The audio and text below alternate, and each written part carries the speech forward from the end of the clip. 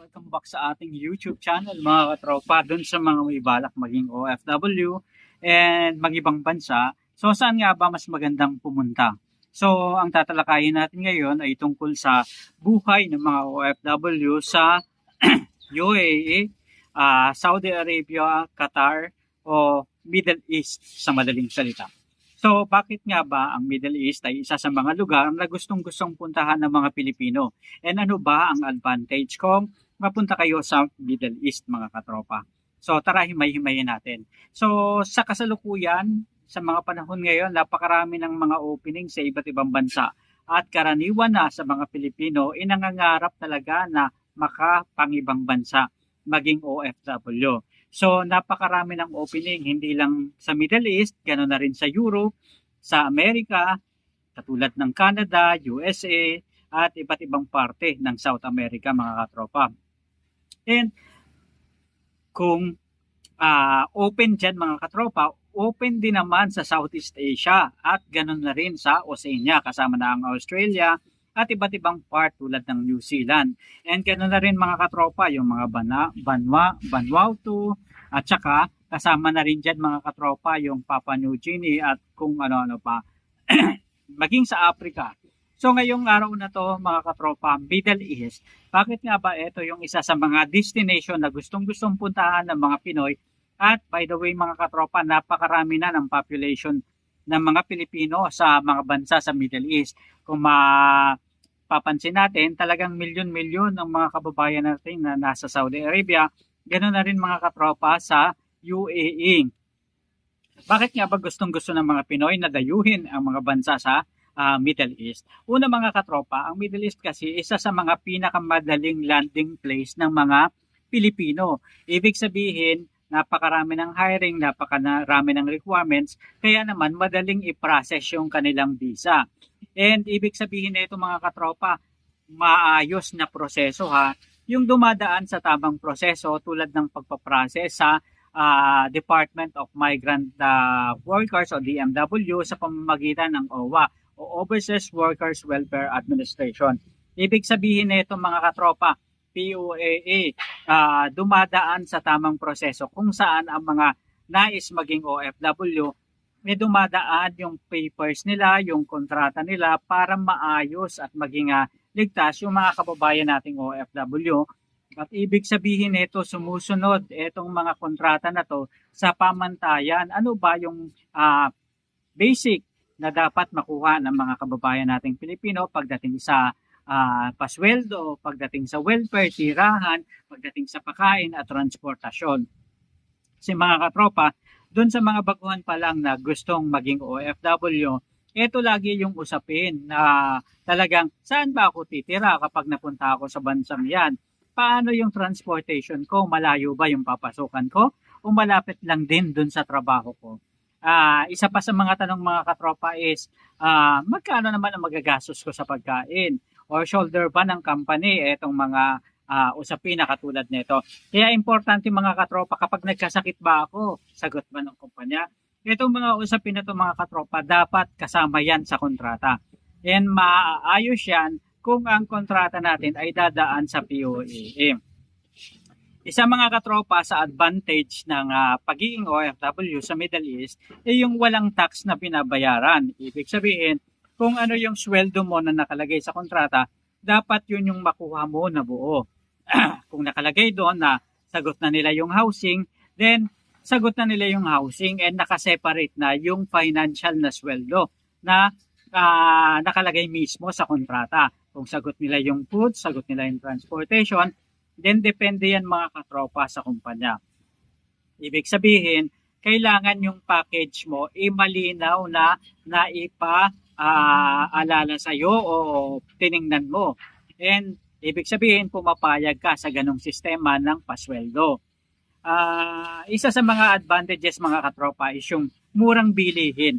Sa Middle East kasi mga katropa, hindi katulad sa ibang bansa, tulad sa Europe, tulad sa USA, sa Amerika o North America, yung mga cost of living, ganoon na rin mga katropa sa Australia and sa ibang parte ng mundo, talagang yung cost of living, doon pinapatay yung mga Pilipino. Kasi mga katropa, kapag sumweldo ka nga, mataas nga yung sweldo mo, malaki naman yung binabawas na tax sa'yo and malaki yung cost of living. Ibig sabihin, kapag babawasan pa yung sweldo mo mga katropa ng pambayad sa bahay, talagang malaki ang chunk niyan. Kasi karaniwan sa ibang bansa, talagang mahigpit sila. Hindi pwede yung hati-hati kayo na parang boarding house na katulad dito sa Pilipinas. Sa ibang bansa, minsan mahigpit sila mga katropa, lalong-lalo na kung may family, at dapat may sariling mga kwarto yung mga anak. Hindi ka pa pwedeng umupa lang ng isang kwarto ha. Kailangan mong umupa ng isang buong bahay para ito ay matugunan mo yung pangangailangan pagdating sa housing ng iyong pamilya. Ibig sabihin nito mga katropa, kung ano yung sweldo mo na nakalagay doon sa kontrata mo, dapat yun yung makuha mo. Ang cost of living sa Middle East kumpara sa ibang bansa tulad ng US, Canada, Australia at maging sa Europe talagang medyo mas mababa. Pero sa Dubai medyo mataas na rin pero affordable mga katropa.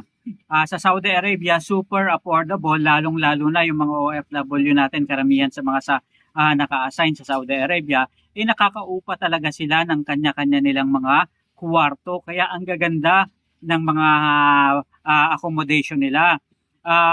Sa Saudi Arabia kasi minsan kaya talagang magsolo sa isang kwarto napapaganda nila at napapaayos. Kaya yung mga OFW natin nakaka-rest ng maayos. Ganun din mga katropa, yung mga OFW sa Qatar, although medyo mataas na yung cost of living, karamihan sa kanila nagbo-boarding house concept na nakikipag-share. Kung sa UAE naman, lalong-lalo na sa Dubai, medyo mataas ang cost of living dyan mga katropa, talagang naghahati-hati sila sa kwarto. Diyan natin nakita mga katropa na yung ibang OFW dyan sa UAE, talagang super hati sila sa kwarto. Minsan 6, 5 sa tao na nakatira sa isang kwarto. Kaya naman talagang super partition talaga ang labanan. Pero ang isang magandang bagay naman mga katropa is pagdating sa pagkain. Super affordable. Hindi mo mararamdaman mga katropa na yung parabang kapag mahirap ka, pang mahirap din yung pagkain na mabibili mo. Hindi ganon. Sa Middle East, kapag kung ano yung kayang bilhin ng mayaman na mga mayayaman na pagkain, afford mo rin. Ibig sabihin kahit na mababa lang yung sweldo mo, kayang-kaya mo rin bumili ng mga pagkain na kinakain ng mga mayayaman. So ibig sabihin nito mga katropa, pagdating sa pagkain talagang super affordable and kayang-kaya mong sumabay sa kanila. And isa pa mga katropa, ang isang magandang bagay sa Middle East kapag doon ka na-assign o doon mo balak unang madestino is yung mga samahan ng mga OFW, very close and friendly ang mga OFW sa Middle East, lalong-lalo na sa Saudi Arabia and Qatar. Kung saan yung mga tao talaga, "Hoy kabayan," kapag nasasalubong mo, magiging feel at home ka kaagad. Unlike dun sa mga kapag nasa Dubai, medyo pabilisan ang galawan ng tao, although namamansin din ang mga OFW dyan. Pero iba mga katropa yung mga OFW sa Saudi Arabia kasi very close sila sa isa't isa. And talagang kahit na bagong dayo ka sa isang lugar, talagang kapag sinay mo, "Hoy kabayan, kumusta?" Talagang minsan malilibre ka pa nila ng mga pagkain na mabibili sa restaurant tulad yung tinatawag na kabsa na isang buong manok ipapaubo sa'yo. So, yan yung mga magagandang bagay na mararanasan mo dyan sa Middle East. And very supportive sila sa isa't isa and i-make sure talaga nila na at least yung madali kang makapag-adjust sa environment. Lalong-lalo na dun sa mga OFW na marami kayo sa company. Kaya lang mga katropa, ingat-ingat lang. Isa sa mga importanteng bagay na dapat nating iwasan kapag OFW tayo is yung nagpapautang tayo sa kapwa natin OFW kasi mahirap maningil. So lesson learned para sa lahat siguro ng OFW na maging responsable tayo sa paggastos ng sarili nating salapi. And then make sure na mag-ipon tayo mga katropa dahil importante yan. Para sa panahon ng kagipitan, meron tayong madudukot. And isang bagay pa mga katropa is always make sure na sumusunod tayo sa rules and laws, regulation ng host country natin para hindi tayo napapahamak. Ayun lang mga katropa. So ito ang unang episode natin tungkol sa usapang OFW mga katropa.